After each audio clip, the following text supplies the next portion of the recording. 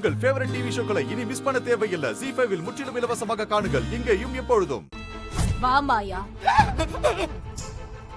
Sister, அங்க வரும்னு பார்த்தா என் பக்கத்துல வந்து நிக்குது. நான் பேசுனதெல்லாம் கேட்டிருக்குமா சிஸ்டர்? வாய மூடு. மாரிக்கு வச்ச குறியில அவ தங்கச்சி சிக்குவான்னு நான் கொஞ்சம் கூட எதிர்பார்க்கல. உங்க மருமகளையும் அவ வயித்துல இருந்த உன் வாரிசையும் பறி கொடுத்துட்டு வந்துட்ட. உனக்கு என்னுடைய ஆழ்ந்த அனுதாபங்கள். நீ கவலைப்படாத. அந்த மாரிக்கு கூடிய சீக்கிரம் நான் முடிவு கட்டுறேன். உங்க ஆழ்ந்த அனுதாபங்கள்ல எங்களுக்கு ஒண்ணும் தேவையில்லை. என்ன பாக்குற? என்னவோ அந்த விஷக்கணியில 5 பாம்போட விஷம் இருக்குது, 10 பாம்போட விஷம் இருக்குதுன்னு பீலா விட்ட. அந்த விஷக்கணிய சாப்பிட்ட உடனே ஆள் காலி. அதுக்கப்புறம் யாராலையும் காப்பாத்த முடியாதுன்னு பெருசா பில்டப் எல்லாம் பண்ண. ஆனா அப்படியெல்லாம் எதுவுமே நடக்கல. நீ என்ன சொல்ற சங்கரபாண்டி? என்ன சொல்றேன்னா, சொரக்காக்கு உப்பு இல்லன்னு சொல்றேன். விஷக்கணிய சாப்பிட்ட ஸ்ரீஜா சாவல, உயிர் பொழைச்சு வந்துட்டா. தெரியும்ல? என்னது? 4 ராஜநாகத்தோட விஷத்தை ஒன்னா சேர்த்து உருவாக்குன விஷக்கணிய சாப்பிட்ட ஸ்ரீஜா உயிர் பழிச்சிட்டாளா? ஆமா, முதல்ல செத்து போயிட்டா, அப்புறமா பொழைச்சிட்டா. என்ன சொல்ற சங்கரபாண்டி? நீ சொல்ற மாதிரி எல்லாம் நடக்கிறதுக்கு வாய்ப்பே இல்ல. என்ன நடந்துச்சு கொஞ்சம் விளக்கமா சொல்லு.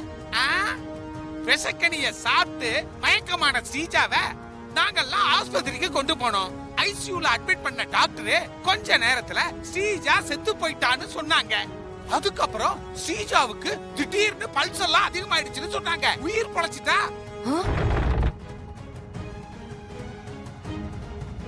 முதல்ல ஸ்ரீஜா செத்துட்டான்னு சொன்ன டாக்டர் திரும்ப வந்து அவளை செக் பண்ணி பார்த்துட்டு அவளுக்கு ஒண்ணுமே பிரச்சனை இல்ல, வீட்டுக்கு கூட்டு போங்கன்னு சொல்லிட்டாங்க. ஸ்ரீஜாவும் துள்ளி குதிக்கும் புள்ளிமான் மாதிரி வீட்டுக்கு ஓடியாந்துட்டா. தெரியும்ல? நீ சொல்றத என்னால நம்பவே முடியல. நான் உருவாக்குன அந்த மாய விஷக்கணிய சாப்பிட்ட யாரும் உயிர் பிழைக்க வாய்ப்பே இல்ல. ஸ்ரீஜா அந்த கனிய சாப்பிட்டிருந்தா கண்டிப்பா உயிர் பிழைச்சிருக்க மாட்டா. சிஸ்டர், நான் முதல் ரீல்ல இருந்து கடைசி ரீல் மட்டும் ஓட்டிட்டேன். அது நம்ப மாட்டேங்குது. நீங்களும் ஒரு தடவை ஓட்டுங்க, அப்பயாவது நம்புதான்னு பாப்போம். ஆமா மித்ரா, சங்கரபாண்டி சொன்னது எல்லாமே உண்மைதான். விஷக்கனிய சாப்பிட்ட ஸ்ரீஜா உயிர் பொழைச்சிட்டா. ஸ்ரீஜா செத்துட்டதா முதல்ல டாக்டர் சொன்னது உண்மைதான். ஆனா மாறி ஏதோ ஒண்ணு செஞ்சு ஸ்ரீஜாவை பொழைக்க வச்சுட்டான்னு நான் நினைக்கிறேன். ஆமா தலப்பா கேட்டு, ஸ்ரீஜா செத்துருச்சுன்னு அந்த டாக்டர் சொன்ன உடனே நாங்கெல்லாம் அழுது அலறிக்கிட்டு இருந்தோம். ஆனா அந்த மாறி மட்டும் அங்கிருந்து தனியா எங்கேயோ போனா. அதுக்கு அப்புறமா தான் ஸ்ரீஜாவுக்கு பல்ஸ் எல்லாம் அதிகமாயி உடம்புல அசைவெல்லாம் வந்துச்சு. திரும்ப வந்த மாறிக்கிட்ட எங்க போனேன்னு கேட்டப்போ ஸ்ரீஜாவுக்காக கடவுள்கிட்ட ப்ரே பண்ண போனேன்னு சொன்னா. இல்ல சிஸ்டர்? நீங்க சொல்றதெல்லாம் கேட்கும்போது எனக்கு ஒரே குழப்பமா இருக்கு. ஆனா ஏதோ ஒண்ணு நடந்திருக்கு. எனக்கு என்னவோ மாரிதான் ஏதோ ஒண்ணு பண்ணி அந்த ஸ்ரீஜாவை காப்பாத்திருக்கான்னு தோணுது. அப்படி எதுவும் நடக்க வாய்ப்பே இல்ல மாயா. நான் தான் மாரியோட சக்திய மந்திரத்தால கட்டி வச்சிருக்கனே. அப்படி இருந்த மாரியால எப்படி ஸ்ரீஜாவை காப்பாத்திருக்க முடியும்? நீ கட்டி வச்சத அவுத்துக்கிட்டு வந்துருச்சா என்னவோ பேசுறா பாரு. சாரி. இல்ல மித்ரா, அந்த மாரி கிட்ட ஏதோ ஒரு சக்தி இருக்கு. அந்த சக்தியை வச்சுதான் மாய நாகம் தீண்டுன அந்த குழந்தைய காப்பாத்திருக்கா. இப்போ விஷக்கனிய சாப்பிட்ட ஸ்ரீஜாவையும் காப்பாத்திருக்கா. Correct sister. மாரிக்கிட்ட ஏதோ ஒரு சக்தி இருக்குது. கேட்டுக்க ஜெகன்மோகினி. ஆனா உன்னா யோசிக்க ஆரம்பிச்சிடும். எதுவும் வேலைக்கு ஆகாது.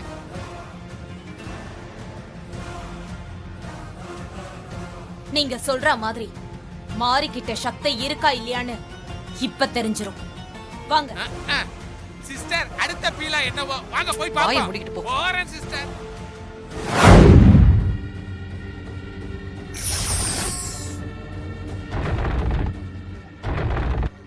சிஸ்டர், அம்மா வந்துருச்சு. கும்பிட்டுங்க சிஸ்டர், கும்பிட்டுங்க.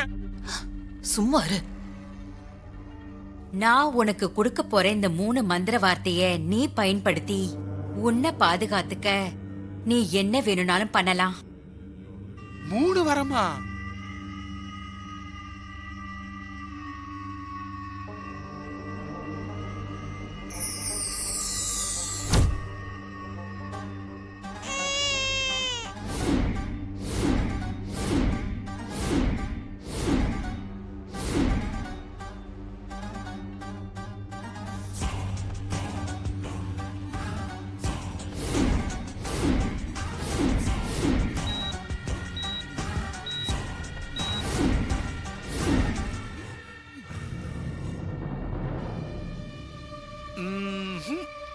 உங்களால ஒண்ணும் பண்ண முடியாது.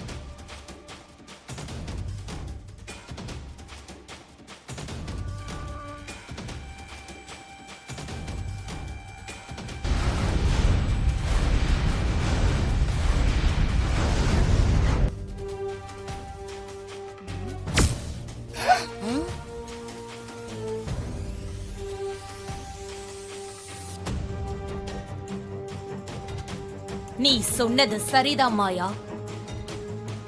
அம்மன் மாரிக்கு 3 வரம் கொடுத்திருக்க. அதுல 2 வரத்தை பயன்படுத்தி குழந்தையையும் ஸ்ரீஜாவையும் காப்பாத்திருக்கா. இன்னும் 1 வரம் மட்டும்தான் மாரிக்கிட்ட இருக்க. அந்த வரம் மாரிக்கிட்ட இருக்கிற வரைக்கும் நம்மளால மாரிய எதுவுமே பண்ண முடியாது. போச்சு, அவ்வளவுதான், எல்லாம் போச்சு. மாரிய சிஸ்டரால ஒண்ணுமே பண்ண முடியாது போல இருக்குது.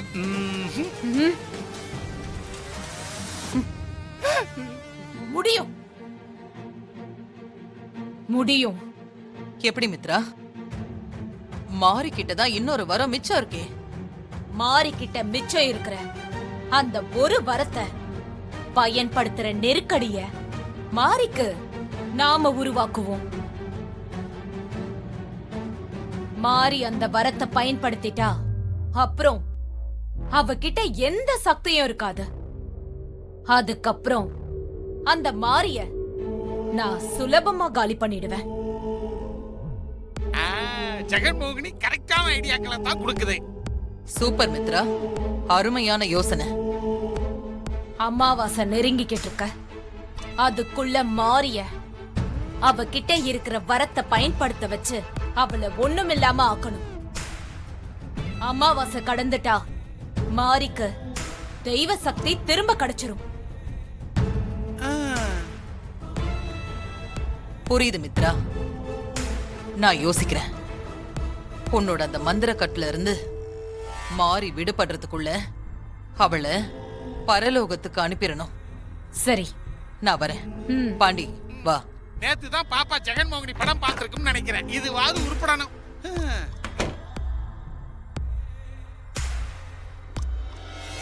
ஜீ5 ஆப்பை டவுன்லோட் செய்து அனைத்து எபிசோடுகளையும் இலவசமாக பாருங்க.